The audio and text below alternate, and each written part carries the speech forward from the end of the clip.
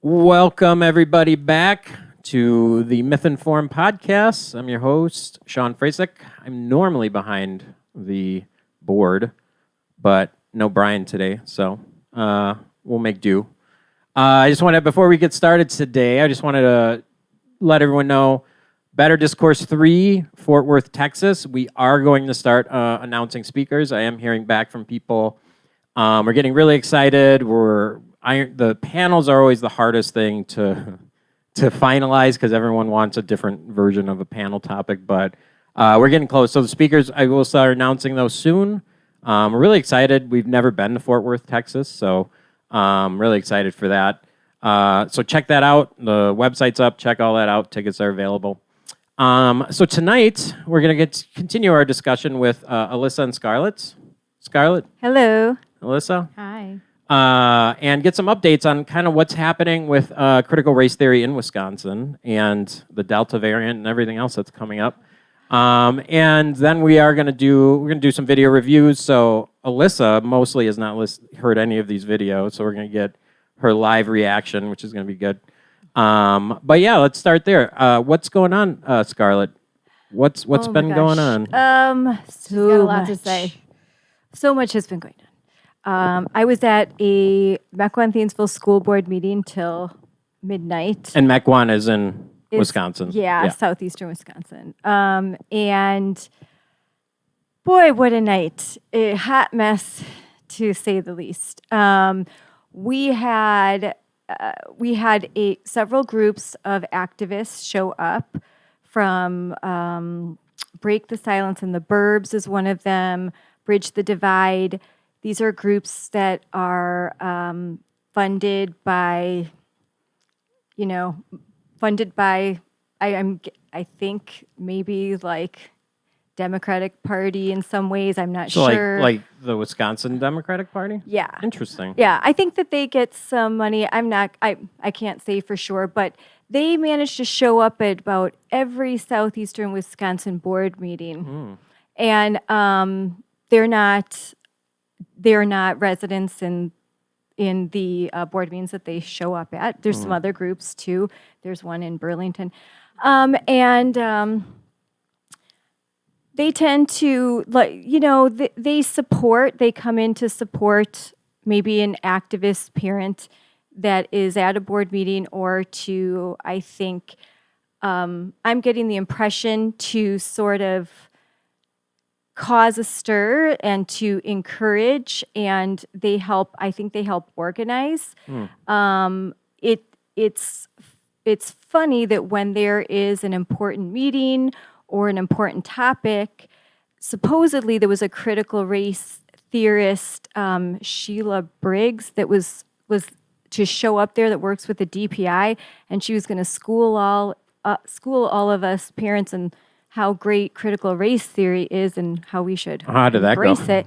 Well, our superintendent immediately, she didn't even talk before our superintendent said, absolutely, we do not teach critical race theory in this school, which of course is a misnomer, because of course they are not teaching critical race theory in the school. Critical race theory is being taught to their teachers through PD, professional development. It is the lens, it is the theory, it is the underlying, belief that is taught in colleges. It's like a watered down version. Yes. So it's easy to say we're not teaching critical race theory to elementary students. We know that. It's only in law schools. Yeah, it's only in law. No, I just found out that Gloria Ladson Billings actually came to our district, and our district employees also had to go listen to her talk, and she wrote the book Critical Race Theory in Education. And I had uncovered, I've been doing a lot of deep dives, and that Elise Frattura, who also is a critical race theorist and ICS for Equity, she still comes, before COVID, still, trains teachers in our district. And Dakota Irby, huge critical race theorist, has been to our district. And as I said, Blacksmith. trains teachers and gave the talk twice in our district. So yeah, critical race theory is a part of the way that our education is being, our curriculum is being set up and education is taught. So anyway, we really didn't talk much about that because the meeting was mostly about the recall, which we're doing in our district, and a lot of there was a few teachers, but a lot of loyal parents and some activists, basically were saying, the school board is wonderful. We should erect statues in their honor and worship at them. And there's nothing to see here. There's no decline, and arguing, hey, there isn't as much decline as you say that there is, to which I said, there's decline. We know there's decline. We can prove there's decline. We don't need to get into the semantics of how much decline. It's there. We have the decline, and we also have the decline seems to just coincidentally be about the time that we started really the deep dive into critical race theory, but it's all coincidental, the last 5 years. But so there was a lot of talk, mostly about about COVID and the Delta variant and how kids should be masked, they should be isolated, they should be quarantined. Well, that came through from the CDC today. Oh. So probably, I did not know that. So they've completely backpedaled. They are recommending vaccines, masks for even if you've been vaccinated. That everyone should be having a mask when they're in school again. Yeah, and so that was just announced today. You have to live on Twitter to see that, but I'm sure it'll get out to the masses soon. Yeah, so that's scary. Yeah, so that took up a lot of conversation, and then so there ended up some people were we were voting on a tax levy, and people that have been questioned whether they live in the district tried to vote, and there was a lot of ruckus around that, and a friend of mine who questioned, the legitimacy, could one of the parents there actually vote? She's now been bullied all day on social media just for questioning, because she has knowledge that you don't live in the district, you can't vote. Your kids go to school here, yes, but you don't live in the district. And she's been bullied and harassed all day, terribly. It's awful. She's going to have to file a restraining order. She had to go to the police. This is in Mequon, Thiensville, in a quiet little suburban district, and this is what's happening to parents who sort of challenge the activists. And it's sad. It's been a hard day, and I just. If this can happen here in Mequon, this is going to be happening everywhere. It's really it's shocking how far we've come. It's shocking that a very small group has such control over a board. And I think the board just doesn't know what to do. I think.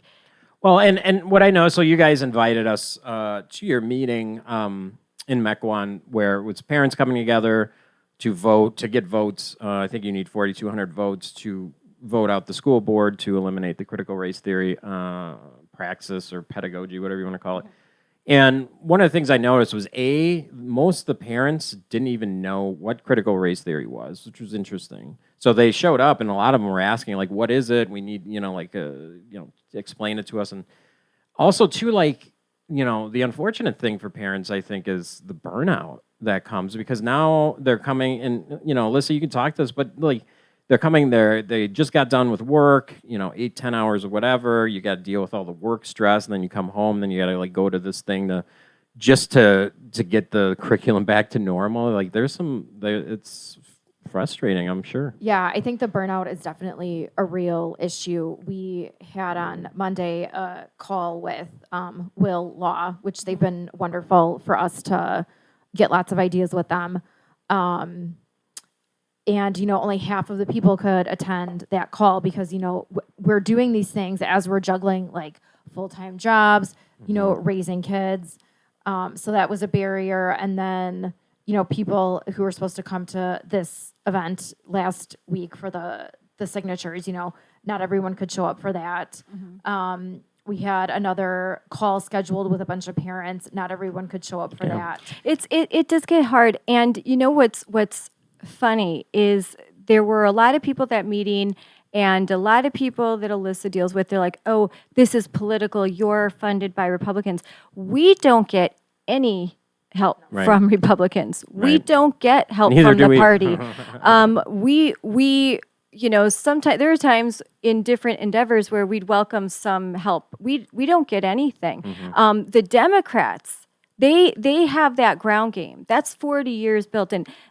What I saw at my meeting was a reflective of that truth, that the Democrats have a ground game. They have teachers unions, they have mails, they have email lists, they can get 200 people together like that, 200 people on Zoom like that. They have that infrastructure built in. We have like, on a good day, we get 50 parents to show up. On a good day for them, they get 200, plus they get 200 on Zoom. People and then you see the names are iPad. FYI, in voting on a tax levy, our district allowed you to vote through Zoom, and all you had to do is write your name. You don't have to prove you live there. You don't have to write your address. You don't even have to have a picture up. It was like, so iPad 1 and iPad 2 get to vote, and all these various names get to vote. You have no idea. And we didn't have to show any ID to vote. You didn't have to even write your address when we had little ballots.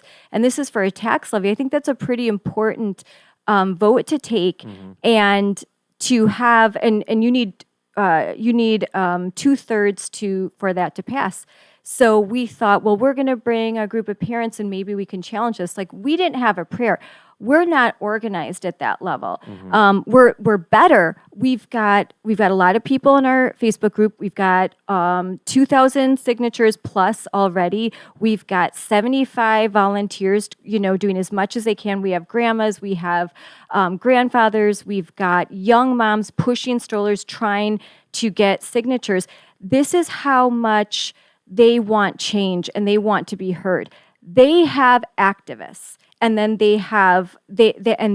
we're trying to get an article published in a little newspaper news graphic. We get rejected. They want to publish. They're in. Yeah. They're in that day. They're in the next day. They have. We're the outsiders. We are on their turf. When anything related to school, we're on their turf, and we're playing by their rules.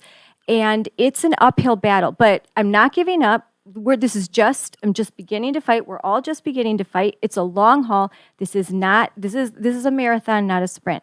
But and you can't be discouraged. And it's easy to get burned out, but you just gotta, and still, like Maya Angelou, still I rise. You've got to rise. You feel defeated, you gotta rise. Because this is worth fighting for. My friend who has never been to a meeting said, Scarlett, you're fighting evil. Like, this is beyond. My daughter came with me and she is like, I can't believe that this is my community. I can't believe that this is how people are treating you. Like, we were the minority in this group, and we were made to feel that way the entire meeting.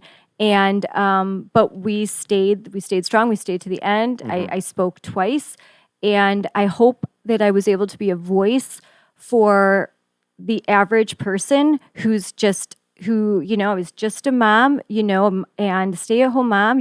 I was a political scientist, but I've not had a career in a while, and I hope that I was a voice that we're here, we're not going away.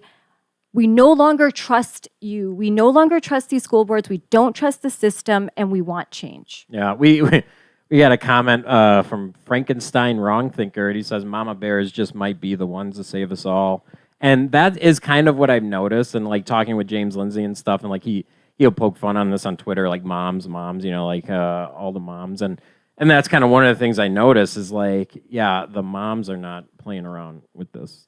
Well, and I think, Charlie Kirk on one episode was like, men, dads, we are always willing to roll up our sleeves and like start picking a fight. Just tell us what direction to go in. But he's like, it is the pissed off soccer moms who will rain down on you with the wrath of hell when you are messing with their kids. And, Megyn Kelly, when she pulled her kids out of those New York City prep schools, she's like, moms, these are your children. And if you are not going to stand up for them and fight for something better, like, then we don't have a chance. Yeah.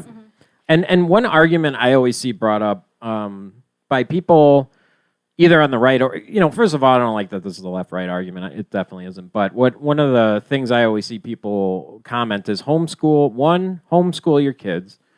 Two, move out of the district. So where do you move? Right. Well, and like both of these options, especially for like working parents, it's not an option for a lot of working parents. You can't homeschool because both parents are working. Yes. And B, like you can't just move because like you own a house or whatever. So like these efforts are very important. Even if you were financially able to just pick up and move, where do you go that this isn't happening? Yeah. There isn't a place. There isn't a refuge. There isn't a place where these activists and critical race theory and more than that, just this overall sort of wokeness isn't taking over because it's beyond, like, our recall isn't exclusively it is about like the decline. It's really about the school board acting of its own volition, ignoring the majority of its stakeholders, and instead focusing on it's insulating itself and focusing on small groups they're just used to having their way. They tell us we want dialogue. Dialogue for them is sit down, shut up, listen, and believe what we're telling you. That's dialogue for them. I want real dialogue, and I want tolerance and diversity of opinion, and I want my kids to be able to go to school and also have that right and that privilege. And as far as Mama Bears, this is. I think that there are some parents, though, unfortunately, that are more concerned about the sort of looking good to certain groups, and what would you say? That's absolutely right. Well, and virtue signal. Yeah. But it's also signal. Very few, but some. This is the narrative too that is poisonous. It's if you don't agree with critical race theory, you're racist. Yeah. And then when you're around your peers, you're around other community leaders, your colleagues, whatever. If you're the odd person out, they're shunning you to be you're racist. So like picking up and changing schools. Yeah. Before you do that, I would recommend anyone to thoroughly look through that district you would potentially be moving to. We had a family in our district that had a cabin in Anago. Quiet little Anago, like I don't even know where it is on the map, but they went on the Anago School District website, and sure enough, they're hiring for a diversity, equity, and inclusion officer. And she's like, where is this that you are not going to find it unless you are in the reddest part, but even Nebraska had that article come out about the national sex education standards. In Nebraska. And that, in Nebraska, that you think it's good-hearted, church-going folk that live very, like, humble, quiet lives, but in some of these schools, they are adopting the new national sex ed, which includes, like, grades 6 through 8, learning about masturbation, anal sex, and then people with vulvas, people with Elmbrook is dealing with this. In 9 through 11, then they're talking about the justice of abortion and that you should have unlimited abortions. I just can't even believe this. And to be fair, I'm pro-abortion. I'm pro-abortion. I've always been. Not being taught to elementary school kids. Right. There was health class where we would talk about that stuff and like STDs and stuff like that, but to promote it is different. To say, this is last case scenario. This is, like in some cases, like, mistakes happen, whatever. Like that's sort of, I think, more you're getting to the high school realm. Yeah, exactly. I mean, this is like exactly high really school, young right. kids. Yeah. These are really young exactly. kids. And like, and that's what like drives me crazy about all of it. It's like they've taken this thing that like I'm pro-abortion, but they've gone crazy with it to where it's like a point of pride versus like a, this thing sucks, and there's preventative measures from getting into that. To, like the preventative measures should take precedent than using the thing as like the And a community can get together and decide what they feel is appropriate for their local district, but they're going above the heads of parents and they're not including them. And my district is one in which many people, me included, moved there for the schools, for the high quality schools. And now a lot of parents are like, now I have to look into private school. Now I have to spend $700 a month on tutoring. And on top of now, I just have another tax levy. My property is getting reassessed and I'm going to pay more in taxes for a school that I don't trust. And I don't even know if I want to use these, use these services. And so now we're thinking, okay, charter schools, like we need to have school choice. You know what? You want to run our district school into the ground and you want to go off with left-wing activists that don't own property in our district, that don't have a real tie to the community. You want them to run the show. Fine. I fun kids, not systems. I'm going to leave and I'm going to take my money with me because the money is going to go towards a school that I choose. And I'm rethinking the entire way that we look at education in America. It's just this top-down albatross. Well, and the thing is too, like people harbor on people talking about it in the schools, but guess what? It's in the schools, it's in the boardrooms, it's in local government, it's everywhere now. The anti-racism, the critical race theory stuff, and it's in the military. It's in the military, which is even crazier. I loved your tweet the other day that the military isn't down for woke generals. Yeah. And they're not. The military people are. They're not. They don't want that. That's not. They don't want politics in the military. That is that having 12 years in the military. That was like you couldn't even put a bumper sticker. An officer couldn't put a bumper sticker on their car. Right. Like you don't talk politics at all. And they did a very good job of maintaining that space. But as far we're still, though, I'm not giving up on the schools yet. This isn't me giving up, but it's a slow process of taking back our boards. We've just started, so we can't say we've really just woken up over the last year. We can't expect instantaneous results. And once we start to figure out how to co-opt what has been done by sort of more radicals and bring our school boards back to the community, I think that can still be done. Yeah. And we still, in Wisconsin in particular, we're very much about local schools, like local control, local schools. So it's not over. It's just going to be a sustained effort. And parents, just stay in the fight. Yeah. Even if you have to take your kids out and put them into private school for now because you want them to have a good education, still go to the board meetings and still improve on your public schools. Still work on it. Still run for the board. Still pay attention because this is your community. Not everyone can go to a private school. Sometimes the only private schools are religious. A lot of my Jewish friends, and they're expensive. They're expensive, or they don't align with your religious values. So you feel like I don't have an option. We have to fix our schools. We're spending too much money. They're too important to our community, and so be a part of the change. Take back your schools. Don't let these people run you out. Yeah. Don't. And you have to give that encouragement and kind of like help trying to lift up the other parents, because it is a very discouraging effort when you feel like they already have all these things aligned up against you, because they did have decades of the slow march through the institutions. You're not going to change it overnight.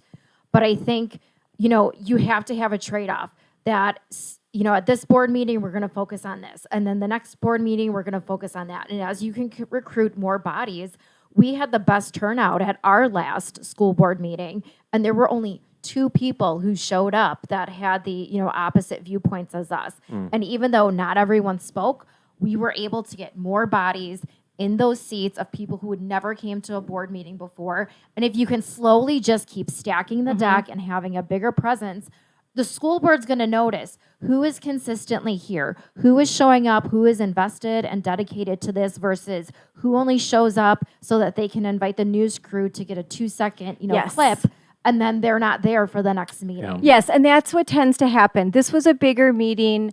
They tried to promote it, and so, but future meetings, there'll hardly be anyone there. I also want to say, when I say teachers unions, I don't imply teachers. I think many teachers are unable to speak out. They're not to say necessarily they're in 100% agreement with me or some of the stakeholders that are aligned with Sure. what we're doing, but they are kind of trapped in this too.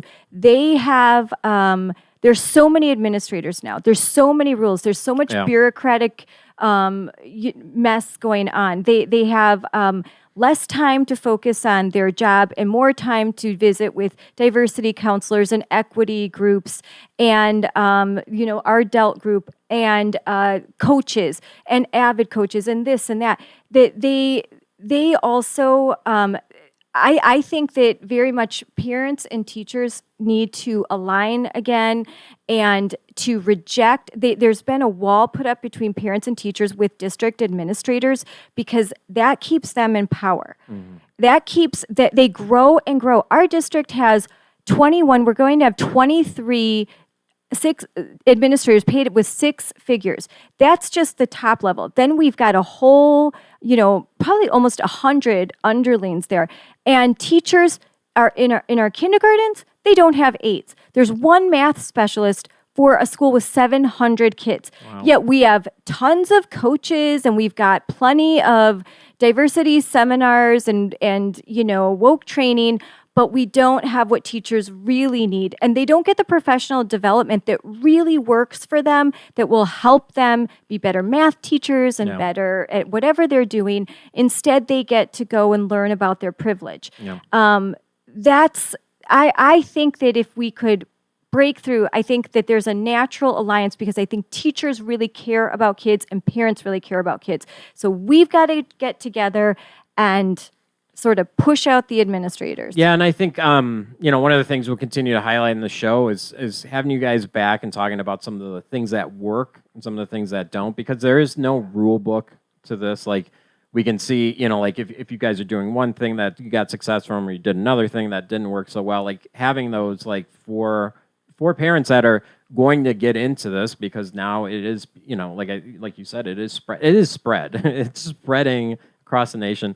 So like giving them like kind of pro tips and stuff would be fantastic. And one of the things I wanted to do today is when we talk about like the teachers that are just waking up and seeing this, there's also this Hollywood element to this. There's a celebrity element to this, and they are like kind of throwing fuel on the fire. And so I wanted to play our first clip, Mike. We have John Leguizamo. I don't know if you guys know who John Leguizamo is. So John Leguizamo. He's Puerto Rican too.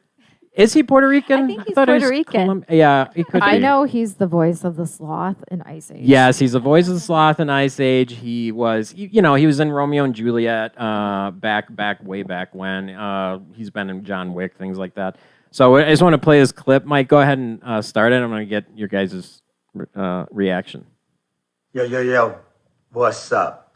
Now, why is it that the people who cry, but you're erasing our history, when a racist statue comes down, are the same people who don't want critical race theory taught in school? What they're really saying, though, is they only want to keep the pieces of history that they can use to intimidate black people, okay? Let's get that right, because the Confederate flag wasn't even the official flag of the Confederacy. The official flag of the Confederacy was just a blockier version of the U.S. flag. The Confederate flag we know today didn't come into wide use until the 1940s, when they used it as a symbol to protest civil rights. They displayed it to support Jim Crow. The Confederate flag means you want black people to be slaves. It should not be displayed. It's not erasing history. It's erasing public displays of hatred. Plus, no country in the world, in the history of the world, has put up statues to losers, to traitors. Yo. So is it? Oh, okay. Yeah. So there's a lot to unpack here. So just to kind of give everyone a backstory on this. So Leguizamo, I'd say like about a month ago, is all of a sudden come out in support of critical race theory, and he's playing it as like a left-right thing. Like if you're against it, you're a conservative, and in this case, you must want black people to be slaves. So what do you think? So, number one, critical race theory is not meant to be a substitute for actual history. These are it's not an apples to apples comparison. History is history, and then critical race theory is a lens that you are supposed to evaluate interactions through that originally began in the law school with Derek Bell and then took on all these different forms, and it's the way you evaluate all these interactions. That, Intersectionality. Yes, for Crenshaw. It's not, we are trying to whitewash history. Right. And there's been actually many great black scholars, like at the Woodson Center and the 1776 Unities Commission, who have also helped play a role in writing real accurate portrayal of history, the good, the bad, and the ugly. I mean, name me the person who's against critical race theory that's like, and I just want that Confederate flag flying. God damn it. I know. I mean, come on. I know. He is making a straw man argument. Yeah, he's conflating so yes. much. Yeah, who's arguing for bring that Confederate flag back? I know. There's nobody that's saying, boy, it's history is complicated, and I think that when you talk about the Civil War, you have to talk about it in the full context, and Thomas Sowell really breaks that down very well, and I think I agree. Let's teach the full history, but we don't need to demonize. I mean, the majority of people that fought for the South, they didn't own. The vast majority, I think like 0.0 something of the soldiers owned slaves. They were mostly poor white Southerners that were fighting for something other than slavery. Slavery is evil. It's an absolutely evil enterprise, and it was one perpetuated by every major ethnicity in the world. Whether it was indigenous people here, whether it was in Africa, whether it was in Asia, Europe, and the first slaves that recorded slaves, I think even predate, we know, like the Bible, like Israel, the Israelites, but slavery is just since man started to fight wars, they were taking slaves, and it's still happening. And it's still happening if you go today. to Dubai, if you go to China, if you go to, there's still literal slavery happening. And then that's kind of like, I always bring this up, but it's kind of like their hypocrisy, because that's their American privilege, not having to worry about slavery, because it's literally still happening. And the pulling down of statues. Yeah. They don't even know the historical reference to some of these statues. Right. Case in point, they pulled down a statue of Lewis and Clark with Sacagawea because she was kneeling down. Now, people who actually know that history know that they did the statue of her kneeling because she was tracking, which is how she led them through like the Louisiana Purchase. But they thought, oh, well, she looks like she's being dominated because she's a woman kneeling down to these white men. Yeah. And it's like, that's not what the statue was trying exactly. to portray. And if you're going to, and this is like the biggest argument for me, it's like if you're going to take down statues, fine, but there's a proper way to do it. You just don't go ripping down statues. Yes, and we don't build statues to losers. Well, like there's statutes to King Leonidas in Greece at Thermopylae. He lost, but eventually it was like symbolic. I think again, he's conflating, he's taking the low-hanging fruit, make strawman every bad argument, the easy arguments, and, running with that. So we'll stay in the same vein of entertainment. So, like, I found this clip of D'Angelo, and we'll play it, but the interesting thing was it was good to see there's a lot of comedians that push back on this, but comedy is like one of those mediums that you can kind of poke fun at things. This is how I miss comedy. Yeah, exactly. And like on the stand-up stage, like that's, the lines are blurred and you can go up there and kind of make fun of things. That's the whole point of it, because if you can laugh at things, they become less, it takes away their power, How do you get a Puerto Rican pregnant? Look at her. There you go. And Now we just got Scarlett's had canceled. 5 children. We just got canceled on YouTube for that one. But yeah, Mike, go ahead and play that clip. How do we deal with the fact that we may have laughed at a racist joke, told a racist joke, sat in the audience at a comedy club and heard racist jokes? As a Jew, the jokes were fine if they were about other people, but the minute someone made a joke about a Jew, it was offensive. And suddenly I was like, and suddenly that comedian might not have been found funny anymore. How does one cope with that? And that's just one tiny use case. So comedy is, I think it's an excuse to get to be racist, right? Like irony. And I think TV shows like Family Guy and, South Park and maybe a little bit The Simpsons, right, allowed white people to be racist self-consciously, right? Like, I know I'm being racist and therefore it doesn't count and it's okay. And it's a lot like what I exposed that couple to at dinner. I'm still reinforcing racist tropes and ideologies and stories. It's still being reinforced in everybody's mind who's listening. And so I don't think it's benign to do it in a joking way. And there is a concept in comedy called punching up, not down. So, you want to punch up. There's very different power dynamics and it doesn't hurt in the same way. It doesn't invoke a deep centuries long history of oppression when you poke fun at, say, white people. But it's very, very different when you poke fun at people of color.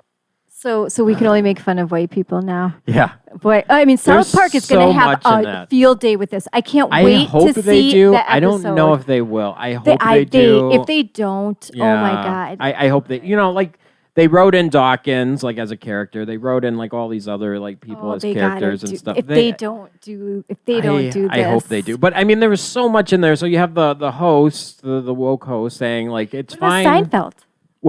What's that? Seinfeld. So Seinfeld is, because he makes fun of, that's the whole show. They make fun of each other and. Yeah, it's a show about nothing. Yeah, and like, so he starts off with saying, oh, it was funny when I was laughing at other races.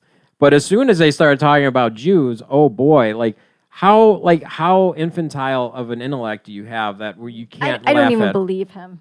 You don't? No. He never laughed at Seinfeld. He never laughed at Jon Stewart, ever. These are Jewish comedians that constantly poked fun at themselves. That's true.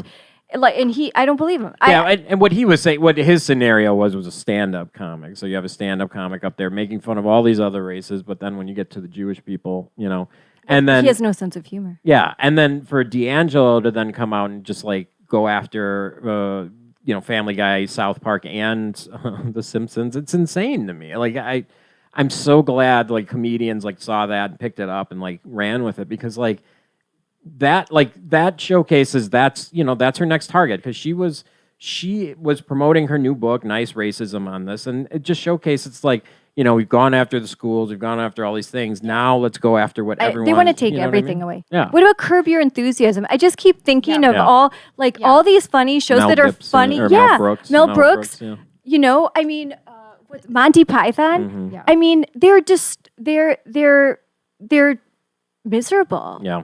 They're kind of miserable. Well, and that's why you don't see these comedians like Seinfeld, Jay Leno. They're not.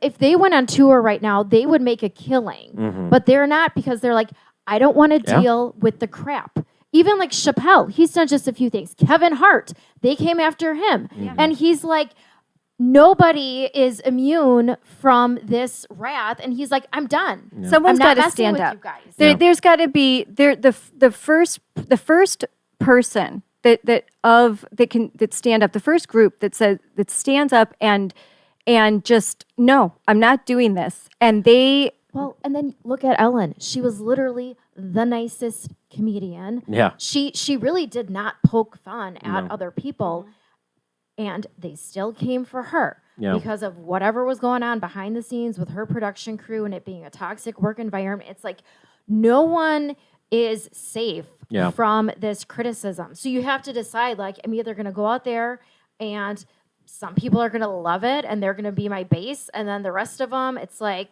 too bad, so sad. Yeah, they will come for you. I mean, right now, white people. Then soon it will be, well, you can't make fun of white women. Then it'll be just white men, and then it'll be. I mean, it just shows. I think she lost a lot of, fans. If she, I guess she has a few. But I'm going to tell you, for minority women, I just don't think she's quite that popular. It's to have a rich, wealthy, educated white woman who, if anyone drips with privilege, it's her. Run around telling, sort of saying all the it's almost offensive to, oh, you're going to save me, Robin. Oh, thank you. What would I do without you? I've already seen in some other podcasts, and I've seen in my personal life, women of color, they're not her biggest fans. Yeah, and you're right, because her biggest fans are white, Privileged. typical white corporate style, like half, kind of what they think is like the corporate woke women.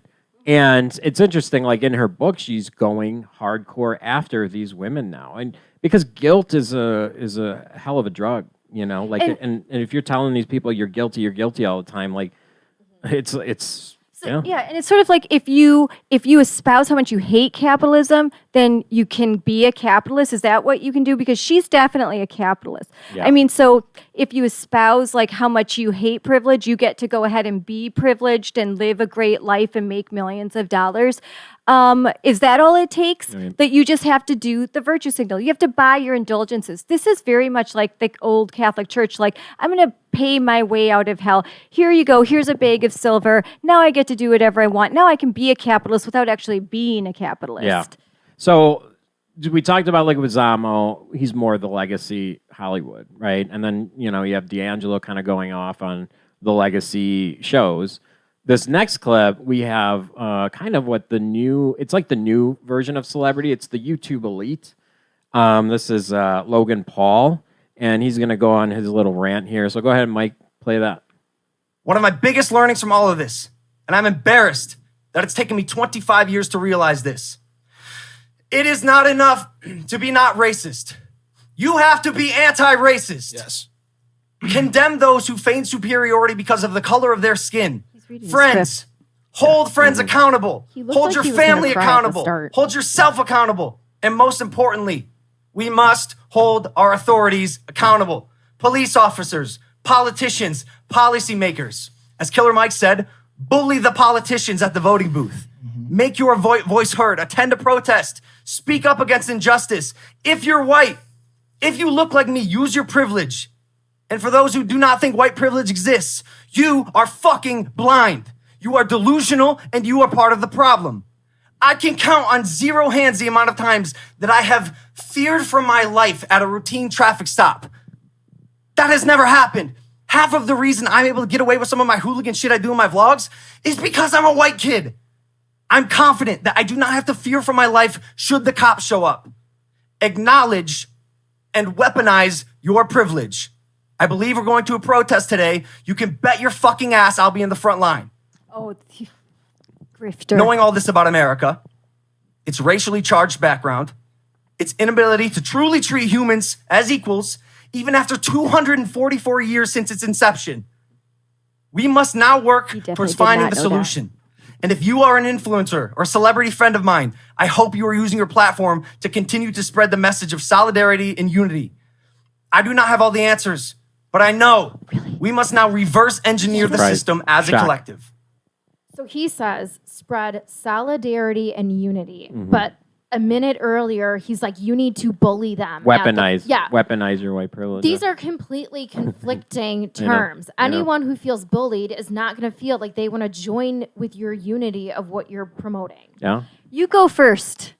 That's why I say you go first. Yeah. You're rich. You redistribute your wealth first. Yeah. You go ahead, and when all your wealth is gone, and you can give your channel to a Person of color, then come talk to me. Yep. Then come tell me how I should live my life. Be the quit in equity. Yeah, you go ahead, and that's what I say to all these rich celebrities. You go first. When you have redistributed your wealth, come talk to me and come tell everyone else.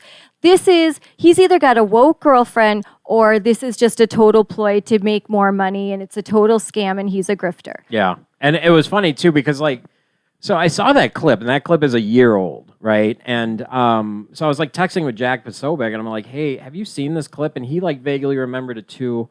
So I just kind of put it out there as because it's literally from the Book of Kendi. It's Ibram X. Kendi literally wrote that for him. Henry James? Yeah, Henry Rogers. Henry Rogers, sorry. Yeah, Henry Mr. Rogers. Yeah, it's Mr. Rogers, wrote that for him. But I don't remember seeing it. I didn't remember hearing it, and I don't remember it being covered. And so when I looked it up, initially I saw all of these left Hollywood elite E! News and all these Hollywood articles and stuff, and all these really really elite left sources that were praising him, how amazing that was and stuff. And it kind of I think I figured it out. I think the reason why the people on the right or even the people in the center, the moderates, didn't really pick it up is the fact that cities were burning at that time. So Kenosha and all these cities were burning, everything was burning, and that's what people were covering, the Antifa violence and stuff. So it was kind of a weird one where it's the left. It seemed the left picked that one up, but conservatives didn't really know. Also, too, our understanding of anti-racism connected to critical race theory and all the other. We didn't. Yeah, intersection and that evolution of knowledge has grown as well. So it was a weird one. But the scary thing is that guy is more influential to kids than school teachers. To 10-year-olds. Yeah? I mean, is he? No, his brother's Jake Paul, right? His brother's Jake. So his brother's the one that beat up the. No, he's the one. So he's the one that beat up the African American, right? Well, and the funny thing is, so they had an exhibition match. So he fought Floyd Mayweather. Okay. And it was a big fight, and actually, when did that happen? I'd say a month ago ish, not that long ago, Okay. a month and a half, something like that, maybe 2 months. I don't know, maybe someone in the chat can tell us. But the funny thing was, so the interesting thing is the boxing world welcomed this because they're bringing this whole new younger audience to the boxing thing, and so it was really hyped up and stuff. So it was just an exhibition fight where nobody was declared the winner at the end of it. Mm-hmm. So that was one of my thoughts. Is Didn't why Jamel Hill say something about this fight? Maybe. Yeah, I think don't know. that he should have. I think didn't she tell? I thought it was Jake Paul or him. You shouldn't have won, or you should have just. It looked bad that a white Could be. Well, guy. that was my point. He's telling people to weaponize their white privilege. Why doesn't he weaponize his white privilege and declare Floyd Mayweather the winner? Yeah. Because right, you should be weaponizing. But Floyd Mayweather is one of the best fighters ever, one of the richest fighters ever. But it's just the irony, and it's showcases the hypocrisy. They're such hypocrites. Yeah. I mean, all through COVID, it's hard to watch a movie, even if they were making them. These people, they've just exposed themselves to be they're so hypocritical, singing their really weird songs about, how you should all stay in your house while they're living on an island somewhere, with their servants and their nannies, but you stay safe. It was just so hypocritical and cringy, and there's some great comments on that one. There's one guy that was in there. It's am I being scolded by a kid that lives in a mansion right now? It's just. Well, he made his money off of social media. Has he ever needed to go and work a retail job where people treat you like crap? You spend all day folding a table of clothes just for someone to come by and mess it up. Yeah. Working in a hospitality where you're needing to be kind to people, try to give them the best service, and then they're probably going to leave you like a crappy tip at the end. Has he ever like gotten his hands actually dirty, like working under a car, helping his dad like as a plumber, working in healthcare? God forbid that you deal with some nasty stuff. Like he has had the privilege of hiding behind some type of a camera and a microphone and all that money, making all of that money, but still getting to tell everyone else. To be perfectly transparent, I don't follow Logan Paul. I don't really know much about him. No, I mean I know him because you have his poster hanging out. No. I maybe I will now if he weaponizes his white privilege. I'll put up the poster. But one of I was like looking at some of his videos, and like one video was like opening a $1 million Pokemon card set, and I'm like, what? Who has $1 million to buy a and then you can talk about privilege. Yeah. So. He's I only know of his brother because my daughters, when they were really young, liked Jake Paul, and like they grew out of that by the time they were like 11 or 12. They're like oh, they're gross. Yeah. So. But the funny thing is, like, I did more digging on that after I posted, and like a bunch of people picked it up. Candace Owens, Jack, Tim Pool, a bunch of people picked it up, and then I like looked at his Twitter, and it's his pinned tweet. And the interesting thing is, and this is kind of what's scary, like the video that circulated, our video circulated, had like 1.5 million views. His had 22 million views, and he was getting praised for that. So. Kind of showcases a little bit of the power dynamic that we're facing with there too, So since it's a year old, was this before or after George Floyd? Right after Floyd. It was right after. Yeah. So I'm sure that's why it took off, because it was everyone was jumping on the bandwagon of posting the black square on Instagram and like he's coming out with this message, and again everyone's like, well, I'm gonna like it. Grifter. So that he was just hopping on the trying to monetize, get more money, more. I mean, he was just posing, and he couldn't even memorize his lines. This is a total poser. Like anyone can do that. All right, so his next one. This one's interesting. So I want to get your guys's. I don't know, Scarlett, if you've seen this one. I know, Alyssa, you haven't. So there's this Penn State professor, right? And he does, like his whole thing, it's sociology. It's like Social 119. That's what his class called at Penn State. And so like I found like so many cringy things from him where he's just like, like he'll tell like black kids they're not going to be, they have less opportunity than the white kids that are identical. And like it's like a bunch of cringe shit. But I found this clip. And this one actually sparked some debates with people that we know. Some people are actually in favor of this message. So, Mike, we'll go ahead and play that. I want to get your guys' opinion on this one. Can I tell the whole stream right now? Never talk to the police. Ever. Do not talk. There's your right. This is all you need to know. You never talk to the police. You are obligated to tell them your name. Do that, my friends. Do that. If they ask for your name, you got to tell them your name. You have to identify yourself, but you don't have to say anything else without a lawyer present. Do not talk to the police. You know who told me that? The police tell me that. Tell people, do not talk to us. Can I tell the whole stream right now? Never talk we'll listen to it again. The police. Ever. Do not talk. There's your right. I guess all I'm you need talk to know. Over Sam you Richards never right talk to the police. We are going to hear it again. This is fantastic. Do that, my friends. Mike, just do that. If they there you go. We don't want to hear it again. So my first reaction, I want to get your guys' first reaction. I'll tell you what my first reaction was.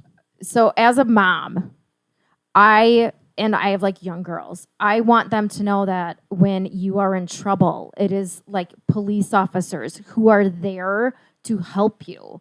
Like if something happens to mommy and daddy and the police come to get you, like they're there to help you. If we're in a car accident and people show up, like they are there to help you. I saw body cam footage of 2-3 weeks ago. It was a child kidnapping, and they posted the police chasing down the abductor, getting him in his driveway, and this 6-year-old girl that they're pulling out of the car, and she's just bawling, "Where's my daddy?" And they're like It's okay. Like, you're safe. Like, what?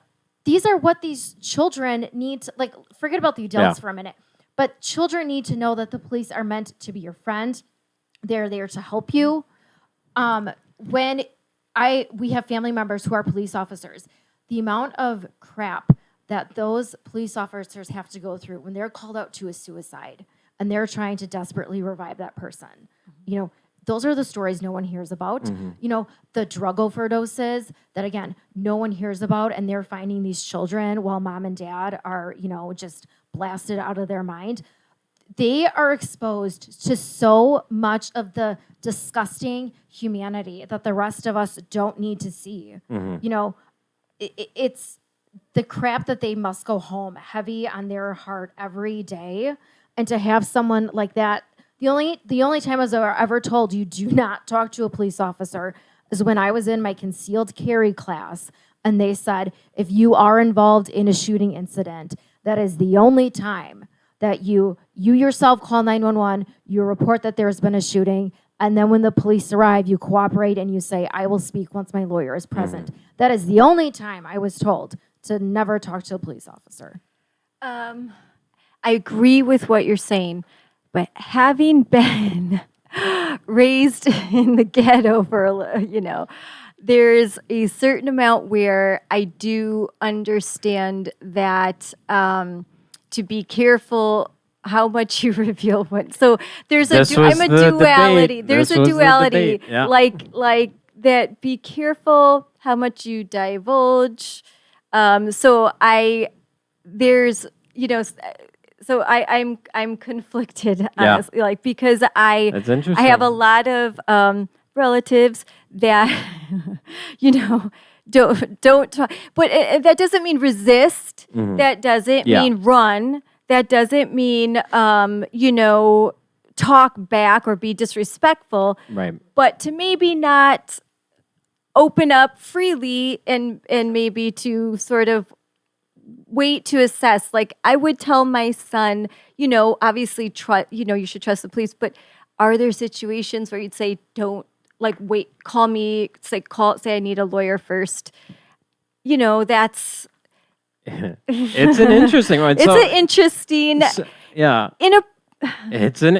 overall, yes. I mean, I have family members that are police officers, and they work really hard, and they deserve. And in my area, my police officers are wonderful.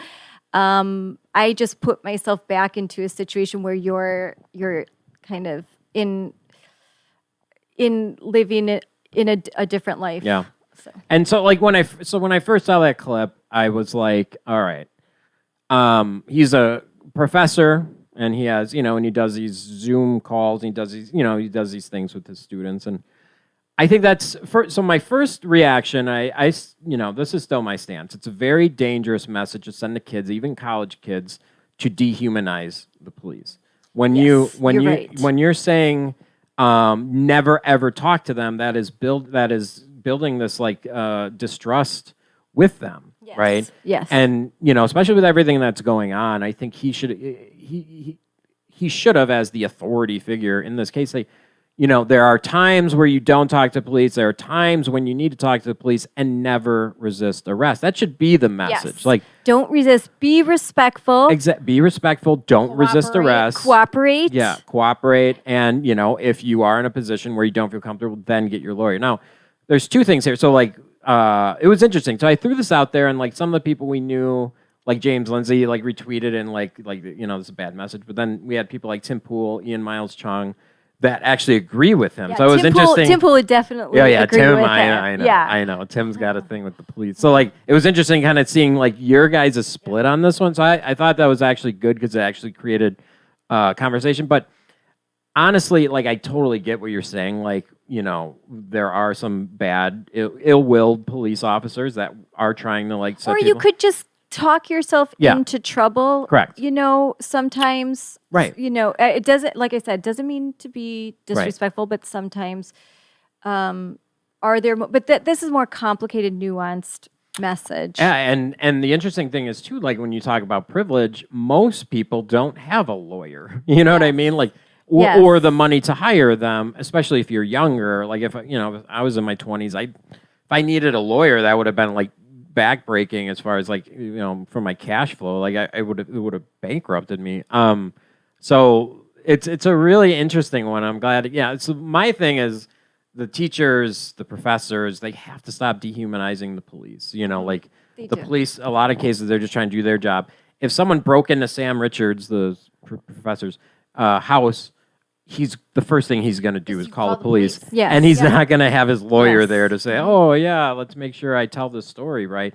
And honestly, like, I understand that, like there's a need for the lawyer and all that. But a lot of times, too, if you're guilty, that's when you need the lawyer. You know what I mean? Like, I get there's times where it's like, oh, they're trying to pin something out. Okay, that's different. But most cases, like if you're asking for a lawyer, you're guilty, which is fine. That's your right. But, and I mean, then you can imagine scenarios. You're 19 years old in college and you've been drinking, and you're walking home.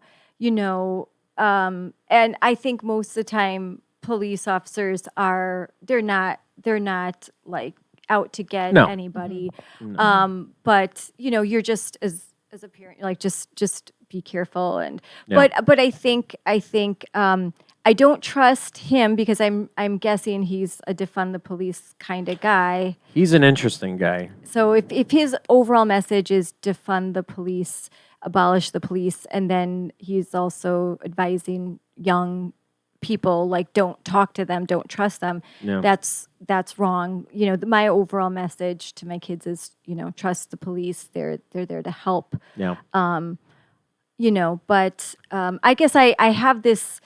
I'm always distrustful of government. Yeah. So there's that. And I get it. I grew up in Chicago. I was always distrustful of the police, but I also knew that they were required. So there's this dualism where I want to be a good citizen and all that, but I'm distrustful of the government. And what happens when you take the police out?